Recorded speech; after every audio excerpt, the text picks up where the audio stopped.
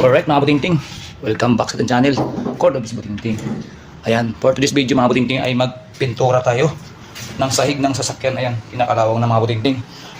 So bago natin gawin to mga butingting ay kailangan natin tong kuskusin ng steel brass.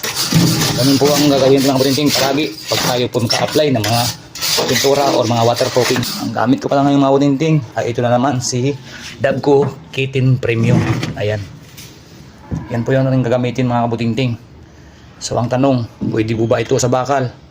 Lahat po kabutingting, pwede sa lahat ng mga surface na pwede natin pagagamitan. Kailangan lang natin talaga nalinisin yung mga lugar na ating paglalagyan para ayos ang pagkakalagay natin at hindi ito pumapalpak. Ayan mga kabutingting, kaya kailangan malinis ang ating pag-a-applyan. Pagkatapos natin malinis mga kabutingting, kailangan natin itong walisin.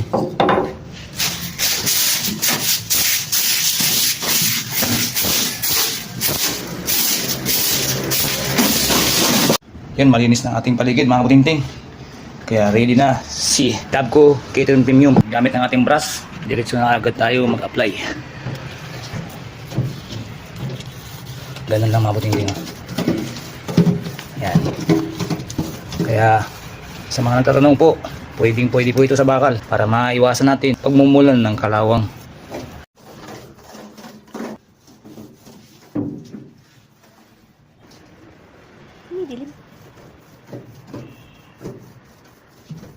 Yung mga butingting, yun ang ating ginawa ngayon, no? So dito medyo kinapalan ko dito. Yung doon banda, isang coating lang yun. Ayan.